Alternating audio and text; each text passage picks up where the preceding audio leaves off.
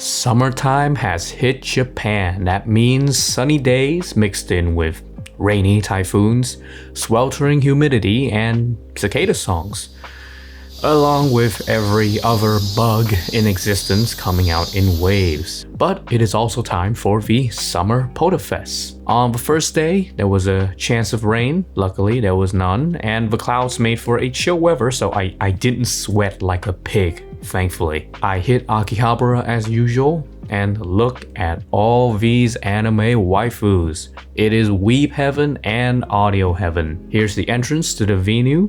The first floor has a bunch of mainstream audio stuff from domestic brands like Sony and Aviat, but the basement and the second floor is a stream of high-end audio up and down. There was a lot of stuff that I got to try, but I'll be condensing it down to the more interesting stuff that I've experienced, be it the high-end or the budget range. Right off the gate, I went to see something that I've actually been looking forward to for quite a while. It is from Soranik, a Vietnamese maker that finally makes their debut at Potafes. And they start off quite strong with the Soranik MEMS-3S. It's utilizing an XMEMS driver that it needs its own strong amp to properly activate. The combination of this sort of open back design of the IM and the driver tech, it gives it this sort of very satisfying bass hit.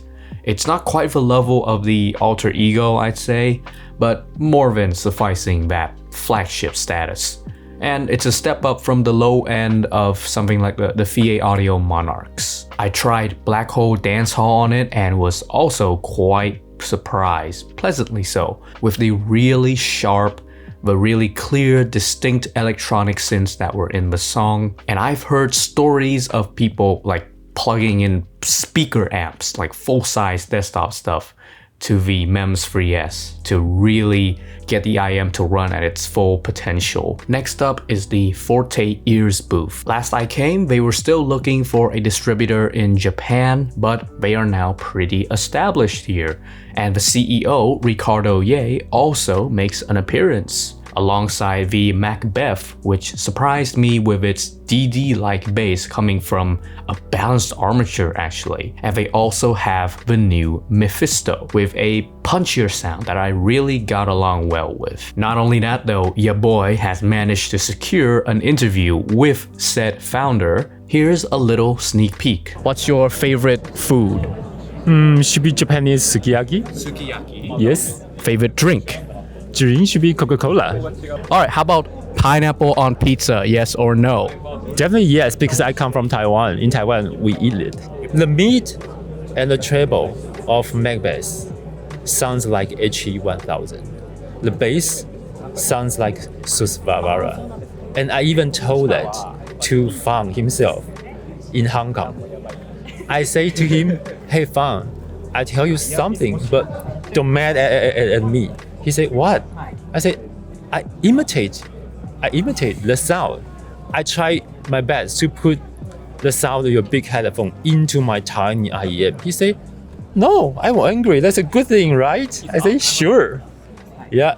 I'm editing the interview, but it should be up on the channel quite soon. Trademark. Now, it would not be a Japanese audio festival if there isn't some weave stuff, and Seeaudio thankfully has us covered on that front. They always bring their custom IMs to show what they can do. If you want it, they can print your waifu in high quality, and there's this layering effect with their glittery inlays. The new Kaguya Tuvo, that's their new IM. It's a significant improvement from the first Kaguya. It takes the balance but also somehow vocal-centric sound of the bravery, but gives it better separation, better detailing. Problem is though, I feel like the technicalities is still kinda underwhelming for the price it demands. This is a thing that I've been saying about Seeaudio for many years now. It sounds good, it's tuned well, but the technical ability is always a little lacking for some reason. But if the Kaguya 2, it has somewhat underwhelming technical abilities, their flagship is gonna be really hard to justify. The Seeaudio Mobius is priced at 1.3 million yen. That's about $9,000. It's got a beefy tribrid hybrid, what am I talking about? It's got a beefy hybrid driver setup and a Damascus steel shell. The sound signature of it's similar to the Bravery, the Kaguya 2, but very clean, very well executed. Again though, the technical ability it's an improvement for sure, but it's not $9,000 good. It's about the same detailing and resolution as the Hakuya, give or take. I think this is a statement piece for Seeaudio, and I'm glad that they're doing it. It's a little more money worth than the 1 million yen Rosencrantz IM I tried last time, but oh boy, you're gonna get sticker shock with the Mobius. Speaking of uber expensive IMs, Fatfreq also makes a debut in Potafes, bringing their entire IM lineup, including the Grand Maestro Anniversary Edition. It is limited to 350 units, but the brand rep said that actually it's almost all sold out even, despite the high price. It's a very competent IEM, and the kind of goofy looking grand stage module that sticks out, actually it really makes the sound more relaxed, keeping the flagship tier resolution, details, and imaging whilst delivering a relaxing experience. I don't know how they did it, but they did it. Okay, how about a Fatfreq IEM that you can actually afford? I was quite impressed with the Scarlet and Maestro Mini. Both have this very I'd say aggressive bass profile, much more than the Maestros even. It's what I would describe as a sharp sub bass. I think this is the first time I ever describe sub bass like that on an IEM. It's quite an interesting bass experience. And the cheapest but no less impressive was the Deuce collab with HBB. I've never heard of this one, even though it came out quite a while back, but it retains a very similar punch to the Scarlet and Maestro Mini, only sacrificing a little bit of a refinement in the mids and the highs, but not substantially so. It's actually quite you could even say it's value packed, but yeah, it looks good, it sounds great, it's got that nice bass. A successful collab, I think. Right, we have a lot of high-priced items in this Potafes, but how about what you would call a value flagship IEM? What's the best bang for buck you can get at Potafes? For this, I have to give the win to the Thieaudio Monarch IV. Yes, the shell is a little thicker, it sticks out from your ears more, but if you manage to fit the Monarch II and Monarch III, honestly, you won't have a problem here. They also went from a resin build to a more premium titanium shell. I love that. The sound blueprint, it's gonna be similar to the Monarch III, however, my misgivings about the splotchy, blocky bass and that hoarse, distorting treble from the Monarch III, it has mostly been fixed here. You now get an actually crisp, sharp treble that adds definition properly to musical instruments. And the bass, it's no longer splotchy. It's still, I'd say, a little underwhelming compared to the Monarch II, but it's much better than the Monarch III's, which is an improvement in my eyes. All of this for $1,150, and it's got a bass switch too. Good technical abilities, just like every other Monarch there is. Yeah, I'd say this is your great value flagship. My only gripe with this is the cable. Oh boy, the cable from the Thieaudio IEMs, they've never impressed me. They've always been kind of mid in terms of the looks, but this one, it just straight up does not match the look of the Monarch Mark IV. You gotta get something later on, I tell you. Okay, what's Moondrop up to these days? Well, they brought a bunch of stuff I haven't been able to try yet, such as the Moondrop Pill and the Illustrious. But this time I actually was most impressed with their headphone, their full-size lineup. The new Para 2 takes over the role of the Venus at $500. It retains that sort of bright general tone of the Venus, but fixes the scratchy, brittle treble artifacting from the Venus. I don't know why they called it Para 2 instead of Venus 2, but it is what it is. The cheaper Horizon is actually the most attractive one though.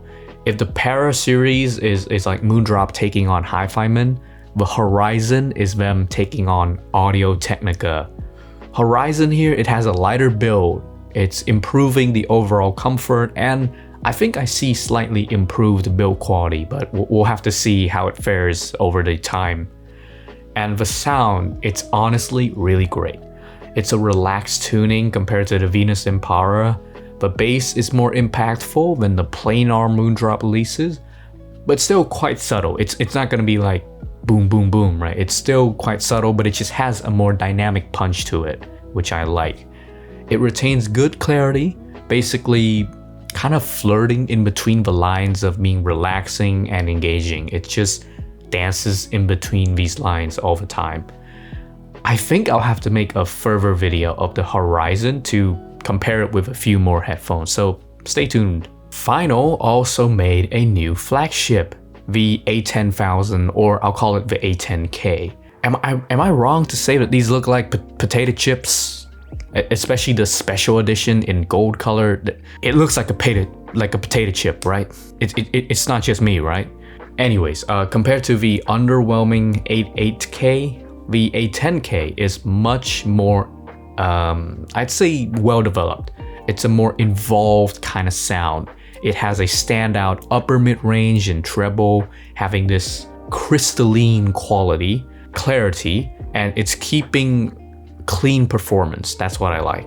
But technical ability, though, it's overall similar to the Kaguya 2.